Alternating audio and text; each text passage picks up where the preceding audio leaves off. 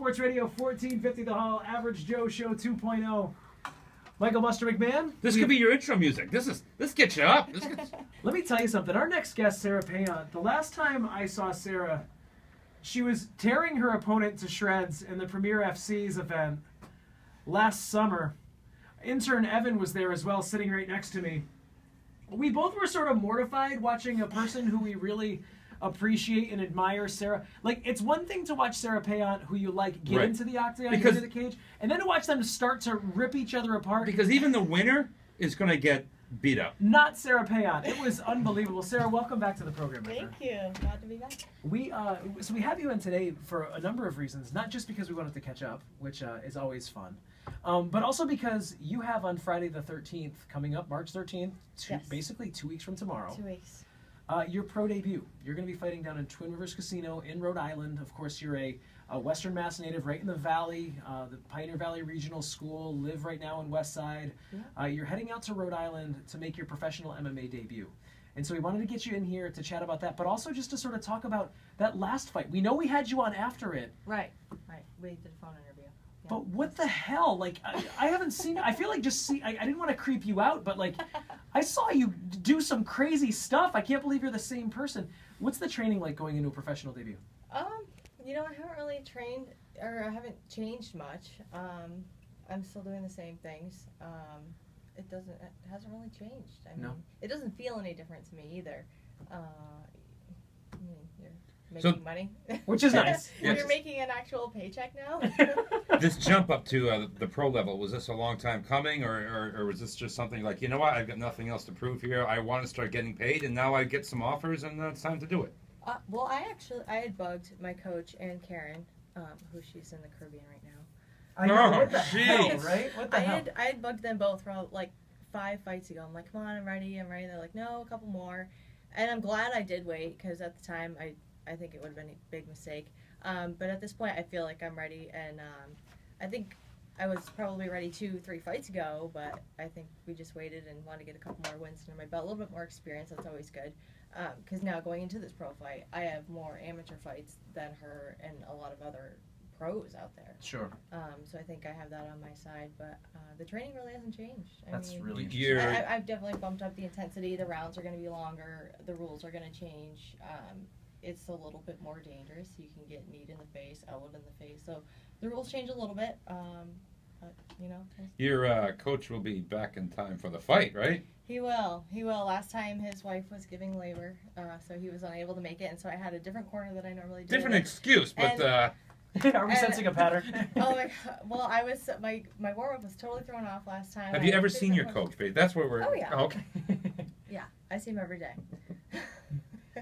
Can't get away from him. It is, unfortunately, you dream about him. It's your opponent is Janice Meyer. Yes. Janice Meyer, who is her, I mean, in horse racing, we would call it a maiden fight, because you're both going to break your maiden. This is your first pro fight each, and it's so fascinating because your style, having watched you now, not only in person, but also on tape a bunch, you love the ground game. I mean, you're someone who wants to have a chance to pull someone's arm out of its socket. You want to have a chance to get them up close.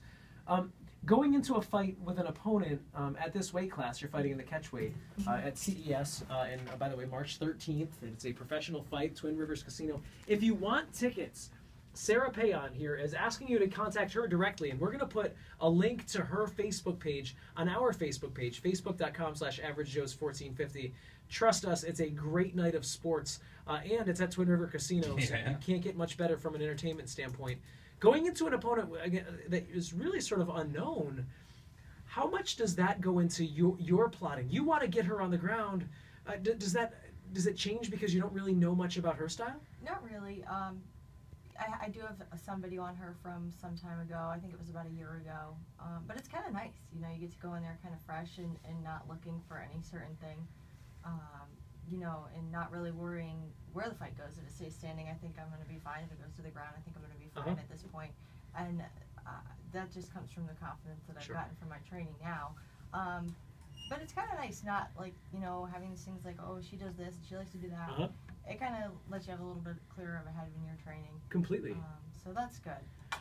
But I mean, well, Buster, if you don't mind, last time we had you in studio, you were like, and I know I have a wrestler in here as well, an intern, so I've seen him in the same condition that you were. I mean, you were miserable, carrying around your gallon of water, hating life. How close are we to that stage? No, I won't get there this time. Yeah? It's always that last 2 pounds when I cut to 125. I get to 128 fine. It's always the last 2 pounds, and it's more difficult for women to cut the water weight. Sure. But this time being at 130, that I always skate to no problem. So it's going to be pretty. How much weight per finger? If you like cut off 2 or 3 fingers, would that give you 2 pounds? Trust me, I've thought about going to get my appendix out and seeing how much. If I get my appendix out, I need a gallbladder. I don't really need my gallbladder, my spleen. How much do the tonsils weigh? What else do I not need in my body? We can get rid of that. How much does Just lipo? draining blood before the weigh-in. How much is a little bit of lipo? How much will that lose me?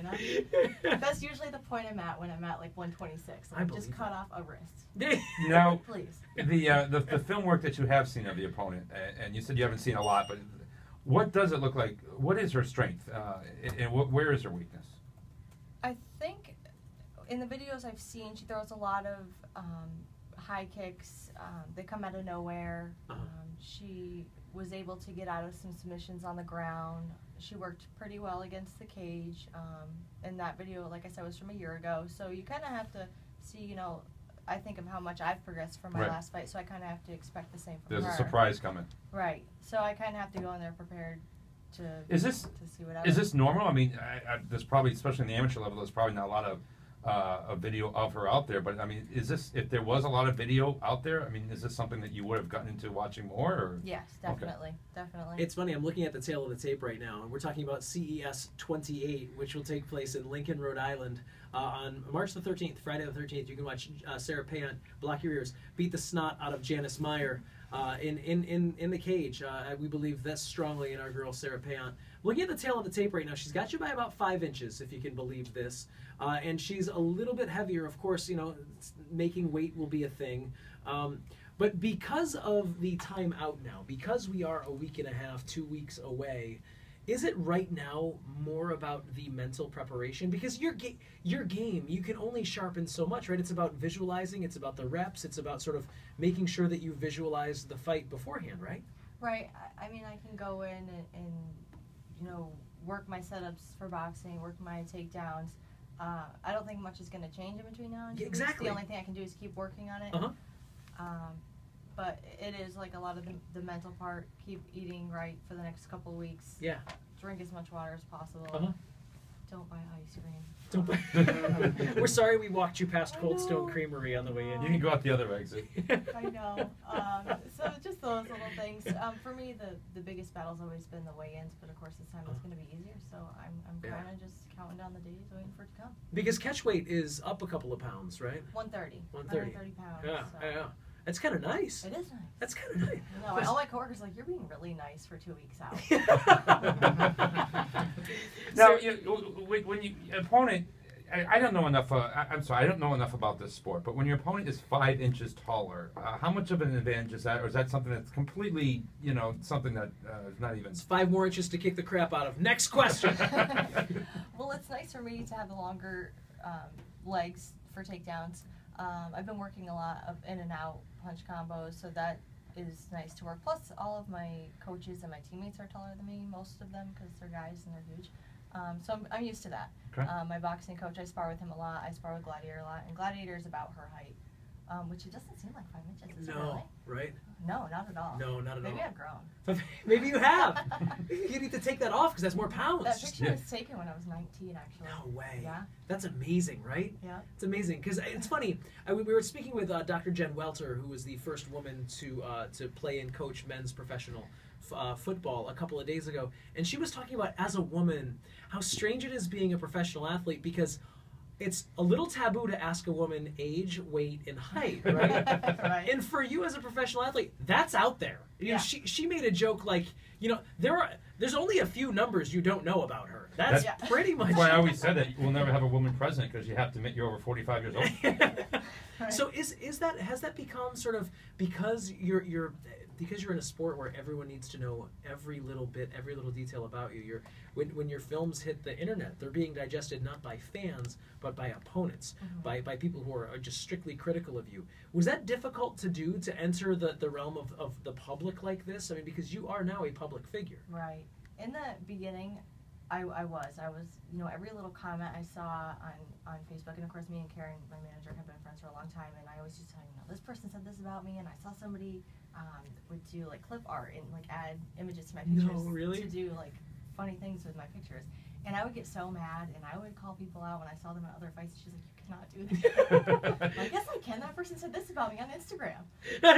So, we're talking, of course, about Karen Wesh, right. owner of the Premier FC. So slowly I've gotten over that, and now it doesn't faze me at all. But I remember in the beginning I'd get mad over every little thing somebody said about me online. It was so funny, but it was kind of pathetic, but whatever.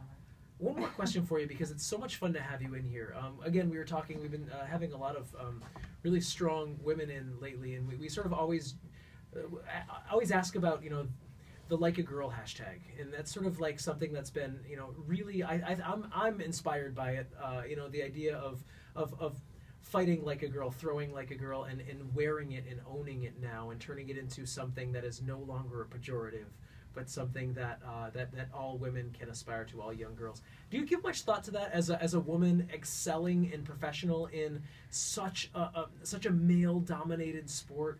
And conversely, is it insulting to answer questions that sort of are rooted in which restroom you go in, essentially, right? Right. No, I mean, I remember when I started, and it would take 9 months sometimes. I remember going 9 months trying to find an opponent. Really? Yeah. In between my second and third fight, there was 9 months. That's incredible. But now it's become so big that those kinds of issues have dwindled down. Yeah.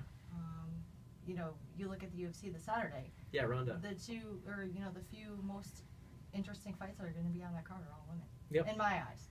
No, I think it ever, and honestly, So, I think in everyone's eyes. Yeah, and obviously everybody's looking forward to the Ronda Rousey fight, and of course, even looking to April, I'm looking forward to seeing Paige Van Zandt. So, you know, now people are looking forward to seeing us. Yeah. It's like, forget about the guys. Yeah. They're your warm-up act. Right? Is there like a danger, or people out there who are surprised, because a lot of times some of these women leagues, like, you know, the women wrestling, the women's baseball, they tried to sell the sex angle of this thing. Do people come in here like disappointed to find out, oh, this is real? I thought this was going to be foxy boxing. I don't know. I hope not. It's funny, Buster. If you go to any, like the Premier FC, there are a guy my size, and this is a true story. I was sitting after your fight, Sarah. We're talking with Sarah Payant, who'll be fighting in CES 28 March 13th at Twin Rivers Casino in Lincoln, Rhode Island. You can grab tickets by going to our Facebook page, facebook.com/AverageJoes1450, and then grabbing the link to her Facebook page. She will make sure you have tickets, and I encourage you all to do it. Buster, true story. I'm sitting at PFC 17, I believe was 17. the number. Yep. And I'm thinking, I have to go pee. I would, first of all, as the only guy eating fruit salad and drinking water. My God. You know, everyone's like loading up on like the roast beef sandwiches. I'm like, this fruit salad looks wonderful. There's kiwi diced beautifully. You disappoint me, so. I'm drinking water for like the entire undercard, and I had to pee. The first thing I thought of was, I'm going to get punched in the face. Yes, you are. Like, no one who looks like me goes pee in this place without getting punched in the face. I was looking for Sarah Payant to escort me so that I wouldn't get punched in the face. Like, there's so much. Eating fruit salad doesn't help your cause. It doesn't, I know. I was just looking for leniency. That's what I was looking for. I think, you know, there's some people that I've seen walk into weigh-ins, and I'm like, that person is a fighter. Okay. Because I would totally start something with you in Wow. You know, you never know. I wonder what she thought when she walked into the studio. Well, she hasn't seen me eat the way that I eat kiwi Yeah, it is intimidating. out of a bowl of fruit salad. That sounds good, though. It's super good. It's not ice cream. It's not. But it's pretty good. No. Sarah Payant, thank you so much for joining us today. Thanks for having me. It's so Go good. get him. Yeah, we're gonna. I'm hopefully gonna be in Lincoln, Rhode Island that night, and we will talk soon thereafter. It's such a pleasure. Great. Sarah Payant against Janice Meyer, part of an incredible card. CES 28. It'll be her professional mixed martial arts debut. You can watch her mop the mat with Janice Meyer and a bunch of other great fights. You can get tickets to CES 28 by going to our Facebook page, facebook.com/AverageJoes1450, and grabbing the link to Sarah Payant's personal Facebook page. Sarah, we'll talk to you soon, my friend. Thank you. All right, on the other side of the break, Buster, we still have yet to really get into the Rajon Rondo story. Rajon Rondo versus Rick Carlisle versus Tony after the break. It's the Average Joe Show 2.0, CBS Sports Radio, 1450. The Hall.